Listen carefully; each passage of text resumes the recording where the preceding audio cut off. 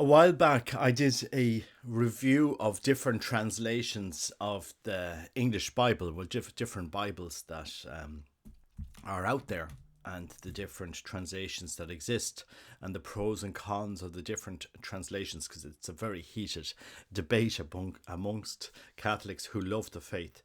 And at the same time, we've practically, I would say, 80% of baptized Catholics have never had exposure to um, the beautiful depths of Scripture, of divine revelation.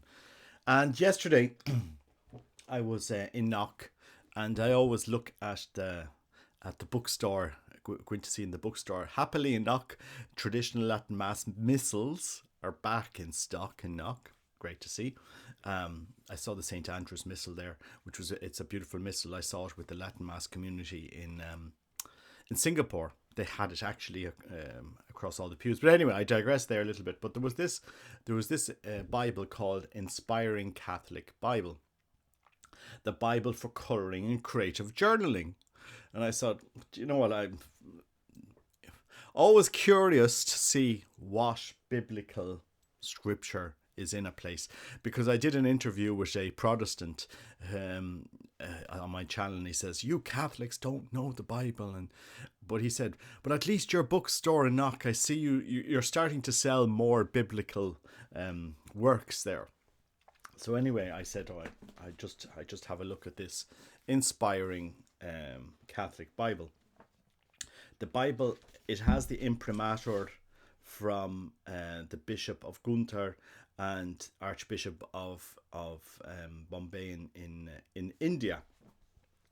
Now, what I found interesting about this book was the way it was formatted. So you have they have put out some passages here that are the main some of the quotes from the scripture you're reading, and then there's room here to put your own notes in, and the translation is actually not too bad.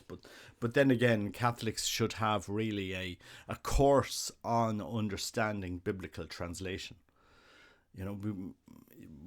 I really recommend that Catholics actually go to a course on understanding biblical translation, how we're supposed to translate, how certain words were translated, because a lot of our Western Catholicism is mainly driven through the lens of Greek culture. So our scriptures are translated from Greek and then into Latin. So this is what Saint Jerome did, as well as coming from Hebrew. Whereas if you go to the Syriac Church, to the Eastern churches, to the Chaldean churches, they would use scripture, the Peshitta, which is in Aramaic, Syriac. And it's interesting to see the dynamics at play, East and West, on how we understand sacred scripture. But that said,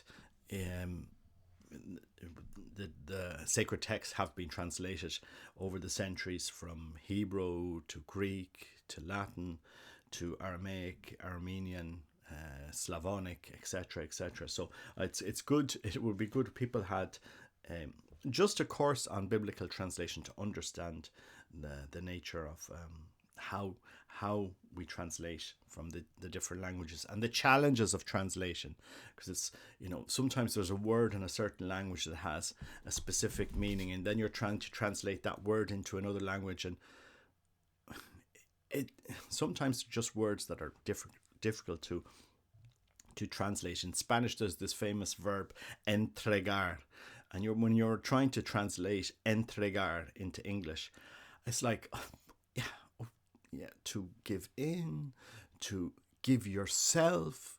I mean, it is. I suppose you have to put it into context of the sentence. I just wanted to let people know this, especially if you only speak one language, and you're not exposed to actually translating from different languages. how difficult it is to translate. Because I know some people will say, oh, the Douay-Rheims is the only Bible that you're supposed to read, Robert, blah, blah, blah. I said, no. The Douay-Rheims was translated into English in a certain period in history. And today we have to be able to translate these sacred scriptures into the era that we live in, so that people now can understand them in the language that they speak. So I always think, yes, the vernacular is good, but understand the translation. I know Bishop Barron in his new biblical series, he's called out certain Greek words in the New Testament and in the Bible and in the Gospels. But anyway, so going back to this Bible, what are my thoughts on it? I always think it's good to have a study Bible, a study Bible that you can actually write on. I remember I was working with some Franciscans in Krakow back in 1995. And I remember one Franciscan, he had a study Bible which was in Polish, which was the Polish text, and then some space here that you could write your notes here. And I said to him, oh, that's a beautiful Bible. Where can I get one of those Polish Bibles? Because, when I was learning Polish at the time and learning how to read Polish scripture. And he says, and I asked this Polish Franciscan, where could I get a Bible like this? And he gave me his Bible. I said, no, I don't want your personal Bible. I was just wondering, where could I go and buy one? And he said, no, us Franciscans take a vow. If we're asked for something, we give it to them. And I said, oh, I didn't know that. And I wouldn't have done it again. But so that's how I got my first Polish Bible in Poland. And it had the same format of scripture and a kind of section here for notes. And the other thing is, look, just with this particular Bible, they have kind of highlighted some pages with relevant scriptures, and I think that's good. I think that's good to draw your attention to various scriptures in an interesting way. If we look at here at Isaiah 25:12, O Lord, I will honor and praise your name, for you are my God. You do such wonderful things. It's you will keep in perfect peace all who trust in you. Isaiah 26:3. So it's interesting that the way it's been compiled, edited, and so forth, and the space that you have to take notes. Restore in us, O Lord, and bring us back to you again. Lamentations 5:21.